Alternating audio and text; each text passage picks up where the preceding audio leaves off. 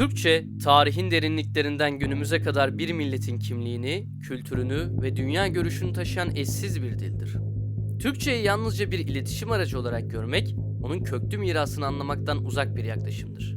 Altay dil ailesinin en dinamik ve köklü üyelerinden biri olan Türkçe, eklemeli yapısı ve benzersiz söz dizimiyle bir sanat formuna dönüşmüştür. Eklemeli diller, kelime köklerine çeşitli ekler eklenerek anlamın katmanlar halinde genişletilmesini sağlar. Türkçe bu konuda öylesine zengindir ki bir kelimenin kökünden türeyen yüzlerce yeni kelime oluşturulabilir. Örneğin sev kökü, sevgili, sevgi, sevinç, sevinmek, sevindirici, sevindirmek gibi kelimelere dönüşerek hem duygusal hem de fonksiyonel anlamlar kazanır.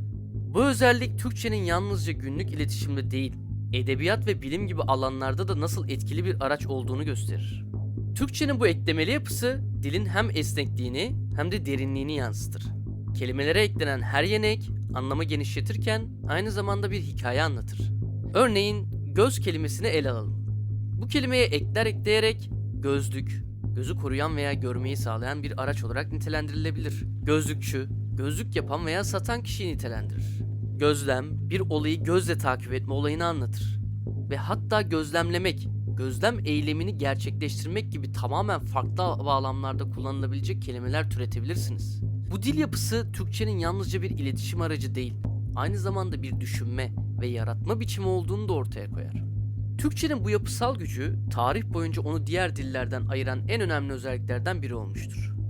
8. yüzyılda yazılan Orhun yazıtları, Türkçenin eklemeli yapısını ne kadar etkili kullanabildiğini gösteren en eski ve en çarpıcı örneklerdendir. Göktürk alfabesiyle yazılan bu metinlerde yalnızca bir tarih anlatılmakta kalmaz. Aynı zamanda bir milletin ruhu kelimelere işlenir. Yazıtlarda geçen "Üste gök basmasa, altta yer delinmese, Türk milleti, ilini, töreni kim bozabilecekti?" ifadesi Türkçenin kısa ama derin bir şekilde nasıl anlam taşıyabildiğini gösterir. Bu ifadede kullanılan her kelime bir milletin tarihsel hafızasını ve geleceğe yönelik çağrısını içinde barındırır.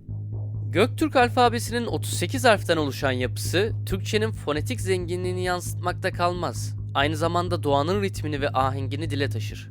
Türkler bu alfabeyi oluştururken doğadaki seslerden ve yaşamın doğal döngüsünden ilham almıştır. Her harf, rüzgarın esintisinden suyun akışına kadar bir yaşam unsurunu taşır. Türkçenin yazılı metinlerdeki zenginliğinin yanı sıra sözlü geleneğe dayalı ifade gücü de dikkate değerdir. Türk ozanlarının kopuz eşliğinde söyledikleri destanlar, dilin müzikal yapısını ve anlatım gücünü ortaya koyar. Dede Korkut hikayeleri ve Ergenekon destanı gibi eserler, Türkçenin yalnızca bir dil değil, aynı zamanda bir kültür taşıyıcısı olduğunu kanıtlar. Özellikle halk edebiyatında kullanılan hece ölçüsü, Türkçenin müzikalitesini daha da belirgin hale getirir. Her bir hece, dilin melodik yapısını bir nota gibi tamamlar. Bu sayede Türkçe yalnızca kelimelerle değil, aynı zamanda bir ezgiyle konuşur. Ancak Türkçenin bu zenginliği tarih boyunca birçok kez gölgelenmek istenmiştir. Özellikle İslamiyet'in kabulü sonrası Arapça ve Farsçanın bilim ve edebiyat dili olarak benimsenmesi, Türkçeyi ikinci plana itmeye yönelik bir çaba olarak değerlendirilebilir. Fakat Kaşgarlı Mahmut gibi dil bilginleri Türkçenin bu baskıya boyun eğmeyeceğini göstermek için harekete geçmişlerdir. Kaşgarlı Mahmut'un Divan-ı Lügâd-ı Türk eseri yalnızca bir sözlük değil, aynı zamanda Türkçenin zenginliğini savunan bir manifestodur. Bu eser Türkçenin bilimsel ve edebi gücünü Arapça ve Farsça ile kıyaslayarak Türk dilinin ifade gücünü ve zenginliğini gözler önüne serer. Türkçe tarih boyunca birçok kez köklü bir dil olarak kendini kanıtlamış, sözlü ve yazılı geleneğiyle bir milletin hafızasını taşımıştır. Altay dil ailesinin bir üyesi olarak Türkçe yalnızca geçmişi değil, geleceği de şekillendiren bir güce sahiptir. Bu gücüyle Türkçe tarih boyunca yaratıcı, esnek ve benzersiz bir ifade biçimi olarak varlığını sürdürmüştür. Göktürk alfabesinden halk ozanlarının kopuzuna, Dede Korkut'tan Kaşgarlı Mahmut'a kadar Türkçenin zenginliğini ve gücünü görmezden gelmek, bir milletin ruhunu ve mirasını reddetmek anlamına gelir.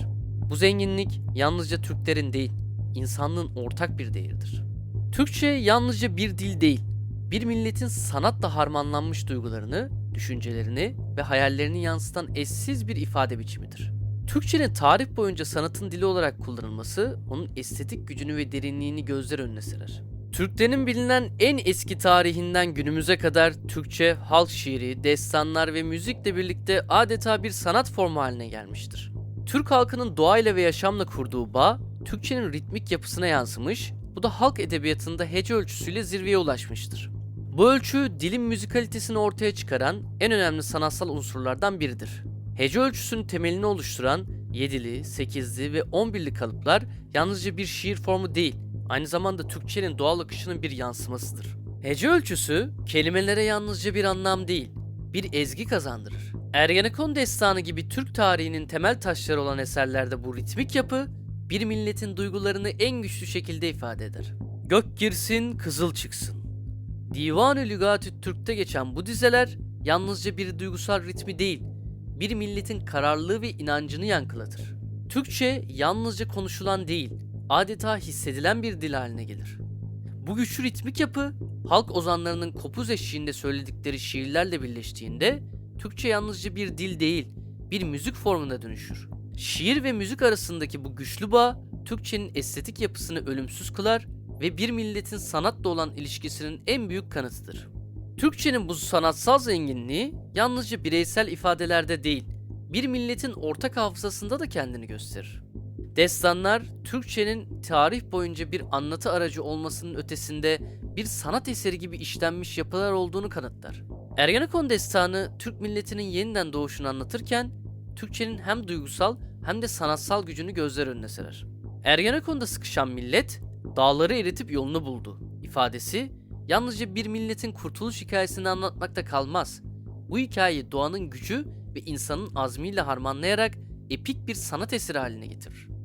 Türkçenin sanatsal zenginliği yalnızca İslamiyet öncesinde değil, İslamiyet sonrası dönemde de kendini göstermiştir. Ancak bu süreçte Türkçe, Arapça ve Farsçanın edebiyat ve bilim dili olarak yaygınlaşmasının baskısıyla karşı karşıya kalmıştır. Divan edebiyatında kullanılan aruz ölçüsü, Türkçenin doğal ritmine uyum sağlayamadığı için halk arasında kabul görmemiştir. Buna karşılık Yunus Emre gibi halk şairleri hece ölçüsünü koruyarak Türkçenin estetik yapısını ve halkın duygularını yansıtan bir dil olarak varlığını sürdürmesini sağlamıştır. Yunus Emre'nin "Ben gelmedim kavga için, benim işim sevgi için" dizelerinde yalnızca bir insanlık mesajı değil, Türkçenin halk arasındaki samimiyeti ve müzikalitesi de yankılanır. Halk şiirinde hece ölçüsünün devam etmesi, Türkçenin yerel ve samimi yapısını koruma mücadelesini de sembolize eder. Bu, yalnızca bir edebi tercih değil, aynı zamanda bir sanatsal direniştir. Türkçenin estetik gücü yalnızca şiirle sınırlı kalmaz. O, müzikle de iç içe geçmiştir. Türk halk ozanları, kopuzun tellerine dokunarak yalnızca bir melodi yaratmamış, aynı zamanda Türkçenin ritmik yapısını müzikle kavuşturmuştur. Karacaoğlan'ın "Gönül gurbet ele varma, ya gelinir ya gelinmez" dizelerinde Türkçenin ahenkli yapısı, halk müziğiyle birleşerek duygusal bir harmoni yaratır. Günümüz Türk halk müziği ve türkülerinde de bu estetik miras devam etmektedir. Hece ölçüsü, Türkçenin ritmik yapısını bir melodinin içine taşır ve nesiller boyunca aktarılmasını sağlar. Türkçe yalnızca bir dil değil, bir sanatın kendisidir. Halk şiirinin ahenginde, destanların büyüsünde, kopuzun tellerinde bir ezgiye dönüşen Türkçe, bir milletin ruhunu ve kimliğini yansıtan en güçlü araçtır. O, geçmişte olduğu gibi bugün de bir duygu dili, bir sanat formu olarak varlığını sürdürmekte ve bir milletin hafızasını geleceğe taşımaktadır. Türkçenin sanatsal zenginliği, onun yalnızca bir iletişim aracı olmadığını, aynı zamanda bir milletin sanata ve estetiğe olan bakış açısını şekillendirdiğini dramatik bir şekilde ortaya koyar. Bu miras, Türkçenin geçmişten geleceğe taşıdığı en büyük hazinedir. Dilimiz, tarih boyunca çeşitli kültürlerden etkilenmiş, bu etkileşimlerden hem öğrenerek hem de kendi kimliğini koruyarak çıkmıştır. Ancak İslamiyet'in kabulüyle başlayan süreç, Türkçe için yalnızca yeni bir dini inançla değil, aynı zamanda yeni bir dilsel ve kültürel etkiyle karşılaşma anlamına gelmiştir. Arapça dini bir dil olarak yükselirken, Türkçe'ye yeni kavramlar taşımış, bu kavramlar Türkçenin zengin yapısıyla yeniden şekillenmiştir. Örneğin namaz kelimesi, Türkçenin bu süreçteki adaptasyon gücünü ve yaratıcı doğasını açıkça gösteren bir örnektir. Aslen Farsça kökenli olan namaz kelimesi, Farsçadaki nemaz, ibadet sözcüğünden gelmektedir ve İslamiyet sonrası Türkçe'ye girmiştir. Arapçadaki karşılığı ise salattır. Ancak Türkler bu kavramı Arapçadan değil, İslam kültürünün Farsça üzerinden yayıldığı bir dönemde Farsçadan almıştır. Burada dikkate değer olan namaz kelimesinin Türkçedeki yolculuğudur. Türkçenin eklemeli yapısı sayesinde namaz yalnızca bir kelime olarak değil, bir dizi anlam katmanı ve kullanımıyla Türkçenin doğal yapısına uygun hale getirilmiştir. Örneğin namaz kılmak gibi ifadeler Türkçenin kendine özgü ifade gücünü yansıtır. Bu yapı Arapça ya da Farsça'da bulunmayan tamamen Türkçe'ye özgü bir kullanım biçimidir. Türkçenin bu kelimeyi adapte etme süreci dilin yalnızca bir alıcı değil, aynı zamanda yaratıcı bir yapı olduğunu gösterir. Namaz, Türk kültüründe sadece bir ibadet eylemini değil, aynı zamanda bir manevi ritüeli ifade eden geniş bir anlam alanı kazanmıştır. Halk arasında bu kelime, Türkçenin doğal akışı ve pratikliği sayesinde günlük dile yerleşmiş, namaz kılmak gibi ifadelerle dilde ve yaşamda derin bir anlam kazanmıştır. Türkçe, yabancı kökenli bir kelimeyi yalnızca anlamakta kalmamış, onu kendi kültürüne ve ritmine uygun şekilde yeniden inşa etmiştir. Bu durum, Türkçenin esnekliğini ve kültürel özümseme gücünü kanıtlar. Ancak bu tür örnekler, Türkçenin adaptasyon gücünü gösterirken, aynı zamanda tarih boyunca karşılaştığı baskıların da altını çizer. Arapça ve Farsça, İslamiyet sonrası dönemde yalnızca dilsel bir üstünlük olarak değil, kültürel bir otorite olarak da Türkçe üzerinde etkili olmaya çalışmıştır. Medreselerde Arapçanın dini ve bilim dili olarak dayatılması, halkın dilinde yaşayan Türkçeyi gölgelemeye yönelik bir girişim olarak değerlendirilebilir. Arapça ve Farsçanın bilimsel ve edebi alanlardaki baskınlığına karşın, halk arasında Türkçe yaşamaya devam etmiştir. Kendini hece ölçüsü ve halk şiirleriyle ifade etmeyi sürdürmüştür. Türkçenin bu süreçte yalnızca bir dil değil, bir kimlik aracı olarak nasıl direndiğini görmek için namaz gibi bir örnekten yola çıkmak oldukça öğreticidir. Eğer Türkçe, Arapça ve Farsçadan gelen bir kavramı bu kadar ustalıkla özümseyebiliyor ve kendi doğasına uygun hale getirebiliyorsa, bu dilin dini ve kültürel bir ifade aracı olarak yeterliliği neden sorgulanmıştır? Bu soru, Türkçenin yalnızca dilsel değil, aynı zamanda kültürel bir kimlik mücadelesinin odağında olduğunu da gösterir. Türkçe, yabancı dillerin etkisine rağmen kendi karakterini korumuş, onları yeniden şekillendirerek kendine has bir dil yapısı oluşturmuştur. Bu, Türkçenin hem esnekliğinin hem de yaratıcı gücünün bir göstergesidir. Sonuç olarak, namaz kelimesi gibi örnekler, Türkçenin adaptasyon gücü ve kültürel bir dil olma niteliğini ortaya koyar. Türkçe, yalnızca bir iletişim dili değil, bir milletin kimliğini, kültürünü ve inancını taşıyan bir yapı taşı haline dönüşmüştür. İslamiyet sonrası dönemde karşılaştığı baskılara rağmen halk arasında yaşamaya devam etmiş, sanat, edebiyat ve günlük dilde varlığını sürdürmüştür.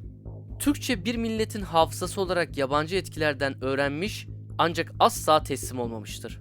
Bu süreç Türkçenin yalnızca bir dil değil, bir direnç sembolü olduğunun kanıtıdır. İslamiyet'in kabulüyle birlikte Türk toplumunda yeni bir dilsel ve kültürel dönemin kapıları açıldı. Arapça yalnızca dini bir dil olarak değil, aynı zamanda bir otorite sembolü olarak yükseldi. Ancak bu yükseliş beraberinde ciddi bir sorun getirdi. Arapçanın kutsal bir dil olduğu iddiası. Kur'an'ın Arapça indirilmiş olması, Allah'ın mesajını insanlığa ulaştırmak için bir araçtan ibaretti. Ancak bazı çevreler bu dili İslam'ın evrensel mesajını temsil eden bir araçtan çıkarıp diğer dillerin üzerinde bir kutsallık seviyesine taşıdı. Peki bu kutsallık algısı ne kadar doğruydu? Allah'ın adaleti ve evrenselliği bir dilin ya da kültürün diğerlerinden üstün kılınmasıyla çelişmez miydi? Eğer bir dil diğerlerinden daha üstün kılınsaydı, bu İslam'ın tüm insanlığı kapsayan mesajını daraltmaz mıydı? Arapçayı kutsal bir dil olarak yüceltmek, Türkçe gibi köklü bir dilin gölgelenmesine ve bir milletin dini kendi dilinde yaşamamasına neden oldu. Ancak Türkçe bu süreçte tamamen geride kalmadı. Türk halkı, dini mesajlarını anlamadığı bir dilden değil, kendi dilinden öğrenmek istedi. Halk ozanları, ilahiler ve manilerle dini duyguları Türkçe olarak aktardı. Örneğin ilahilerde ve dualarda kullanılan Türkçe, halkın ruhunu okşarken anlamı halka taşıyordu. Bu durum, Türkçenin yalnızca bir dil olmadığını, aynı zamanda dini bir ifade aracı olarak ne kadar etkili olduğunu gösteriyordu. Arapçanın kutsallaştırılması, Türkçe'ye yapılan en büyük haksızlıklardan biriydi. Ancak bu durum yalnızca dilsel bir mesele değil, aynı zamanda bir kültür çatışmasıydı. Arap kültürünü İslam'la özdeşleştiren zihniyetler, Türk kültürünü küçümsedi. Arapçanın yüceltilmesi, Türk kültür ve kimliğinin dini alanda önemsizleştirilmesine neden oldu. Bu durum, Türkçenin yalnızca bir dil olarak değil, bir milletin inanç ve kimlik mücadelesinin aracı olarak da direniş göstermesine yol açtı. Modern dönemde de bu zihniyetin yankıları devam etmektedir. Arapçayı yüceltip Türkçeyi küçümseyen bazı çevreler hala Türkçenin dini bir dil olarak yetersiz olduğunu savunmaktadır. Ancak tarih bu iddianın geçersiz olduğunu sayısız kez kanıtlamıştır. Türkçe, dini anlatımda hem estetik hem de samimi bir araç olmuş, halkın inancını anlamasına ve yaşamasına yardımcı olmuştur. Türkçe yalnızca bir iletişim dili değil, bir milletin ruhunu taşıyan bir araçtır. Arapçanın kutsal dil olduğu iddiası, bir dil hiyerarşisi yaratmak için kullanılan bir araçtan öteye geçememiştir. Türkçe, tarih boyunca bu hiyerarşiye karşı direnmiş, bir milletin inançlarını, duygularını ve kültürünü yaşatan bir dil olmuştur. Bilim, sanat, edebiyat ve devlet yönetimi alanlarında Türkçe, İslamiyet sonrası dönemde Arapça ve Farsçanın baskınlığına rağmen kendine özgü bir yer edinmiş ve direniş göstermiştir. Kaşgarlı Mahmut'un Divan-ı Lügat-ı Türk adlı eseri, Türkçenin bilimsel bir dil olarak savunulması adına kaleme alınmış en güçlü manifestolardan biridir.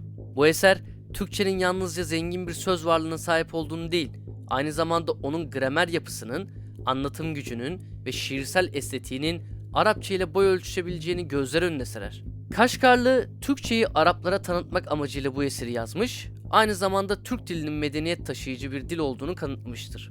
Benzer şekilde Yusuf Has Hacib'in Kutat Gubilik adlı eseri, Türkçenin yalnızca bir halk dili değil, aynı zamanda bir yönetim ve felsefe dili olarak kullanılabileceğini göstermiştir. Adalet, erdem ve devlet yönetimi gibi evrensel temaları işleyen bu eser, Türkçenin düşünsel zenginliğini kanıtlayan önemli bir belgedir. Türkçe, tarih boyunca yalnızca dış baskılara değil, aynı zamanda içeriden yükselen ihanetlere karşı da dimdik ayakta durmayı başardı.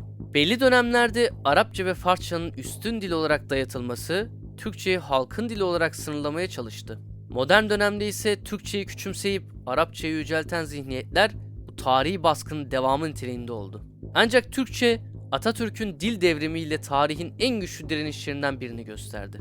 Atatürk, Türkçenin bir milletin kalbi, zihni ve ruhu olduğunu vurgulayarak Türk Dil Kurumu'nu kurdu ve Türkçeyi bir halk dili olmaktan çıkarıp bilim, sanat ve devlet dili haline getirdi. Dil devrimi yalnızca Türkçeyi Arapça ve Farsçanın gölgesinden kurtarmakta kalmadı. Türk milletine dilini, kültürünü ve özbenliğini geri kazandırdı. Atatürk'ün Türk dili, Türk milletinin kalbidir, zihnidir sözleri, bu devrimin yalnızca bir dil reformu değil, bir kimlik ve bağımsızlık mücadelesi olduğunu ortaya koyar. Türkçenin direnişi yalnızca bir dilin değil, bir milletin kendi değerlerini ve tarihini savunma hikayesidir. Bugün Türkçe tüm bu baskılara rağmen varlığını sürdürmekte kalmıyor. Bir milletin medeniyet taşıyıcısı olarak geleceğe yürümeye devam ediyor. Türkçe, Asya'nın uçsuz bucaksız bozkırlarından modern dünyanın dijital ağlarına uzanan bir medeniyet taşıyıcısıdır. Altay Dil Ailesi'nin güçlü bir üyesi olarak Türkçe, tarih boyunca Moğolca, Korece ve diğer Asya dilleri üzerinde derin etkiler bırakmıştır. Moğolca'daki ortak gramer yapılarından Korece'deki kelime benzerliklerine kadar Türkçenin kültürel ve dilsel etkisi bu coğrafyalarda hala hissedilmektedir. Ancak Türkçenin etkisi sadece bu bölgelerle sınırlı kalmamış, dünya dillerine kattığı kelimeler ve kültürel öğelerle geniş bir alana yayılmıştır. Örneğin yoğurt gibi Türkçe kelimeler Batı dillerinde yerini almış, Türk mutfağı ve kültürü dünya çapında tanınmıştır. Türkçenin kendine özgü eklemeli yapısı, anlam yaratma gücü ve zengin söz varlığı onu yalnızca bölgesel değil, evrensel bir potansiyele sahip bir dil haline getirmiştir. Bugün Türkçenin modern teknoloji ve bilim dünyasındaki rolü giderek daha belirgin hale gelmektedir. Türkçenin evrensel bir dil olması için bilimsel çalışmalarda, dijital platformlarda ve uluslararası işbirliklerinde daha fazla yer bulması gerekmektedir. Türkçe, geçmişte olduğu gibi bugün de bir milletin kimliğini ve kültürünü taşırken gelecekte insanlığın ortak mirasına katkıda bulunabilecek güçlü bir dil olma yolunda ilerliyor. Türkçenin bu evrensel gücü yalnızca bir milletin değil, tüm insanlığın kazanımıdır. Ve bu mirasın gelecekte hak ettiği yere taşınması hepimizin ortak sorumluluğudur. Dilimiz tarih boyunca sayısız zorluklarla karşılaşmış, baskılara ve gölgeleme çabalarına rağmen her defasında küllerinden yeniden doğmuştur. Onu küçümseyen zihniyetlere, Arapça ve Farsçanın otoritesini dayatan dış etkilere, hatta kendi içinden çıkan ihanetlere karşı Türkçe bir milletin direniş sembolü olmuştur. Ancak Türkçe yalnızca direnmekte kalmamış. Bilim, sanat, edebiyat ve kültürel alanlarda kazandığı zaferlerle bir milletin kimliğini inşa etmiştir. Bilinen tarihin başlangıcından günümüze uzanan bu destansı yolculuk, Türkçenin yalnızca bir dil değil, bir medeniyet taşıyıcısı olduğunu kanıtlamaktadır. Halk ozanlarının kopuz eşliğinde söyledikleri türkülerden, Atatürk'ün dil devrimiyle taşlandırılan modern Türkçe'ye kadar, bu dil her dönemde bir milletin ruhunu, duygularını ve düşüncelerini geleceğe taşımıştır. Türkçe, sanatın ve edebiyatın dili olarak yalnızca bir milletin değil, insanlığın ortak değerlerine de katkı sunmuştur. Halk şiirlerinde hece ölçüsünün ritmiyle yankılanan duygular, divan edebiyatının zarafetiyle birleşerek Türkçenin hem yerel hem de evrensel bir estetik güce sahip olduğunu göstermiştir. Bu dil yalnızca geçmişin hikayelerini anlatmakta kalmamış, geleceğin hayallerini de şekillendirmiştir. Günümüzde Türkçe, dijitalleşme, yapay zeka ve bilimsel ilerlemelerle yeniden bir yükseliş dönemine girebilir. Türkçenin modern dünyada hak ettiği yeri alabilmesi için dilin bu köklü geçmişine sahip çıkmak ve onu daha da geliştirmek her bireyin sorumluluğudur. Sonuç olarak Türkçenin dirilişi bir milletin kültürel ve tarihsel kimliğini koruma mücadelesidir. Türkçe yalnızca bir dil değil, bir milletin özüdür. O, tarih boyunca bir milletin sesini duyuran, zorluklara karşı dimdik duran bir anıt olmuştur. Bugün dilimizin yeniden yükselişi, geçmişten aldığı güçle geleceğe uzanan bir yolculuğun simgesidir. Bu dil, bir milletin tarihini, sanatını ve kültürünü geleceğe taşıyan bir mirastır. Ve bu miras yalnızca Türk milletinin değil, insanlığın ortak değerlerinden biri olarak yaşamaya devam edecektir. Eğer bu videoyu beğendiyseniz ve Türkçenin tarihine olan bu yolculuk sizi etkilediyse kanalıma abone olmayı unutmayın. Videomu beğenerek desteğinizi gösterebilir, arkadaşlarınızla paylaşarak Türkçenin zenginliğini daha geniş kitlelere ulaştırabilirsiniz. Ayrıca yeni videolarımdan haberdar olmak için bildirim zilini açmayı unutmayın. Her beğeni, paylaşım ve yorum hem bizim için hem de Türkçenin bu eşsiz hikayesini yaşatmak için büyük bir motivasyon kaynağı. Teşekkürler ve bir sonraki videoda görüşmek üzere.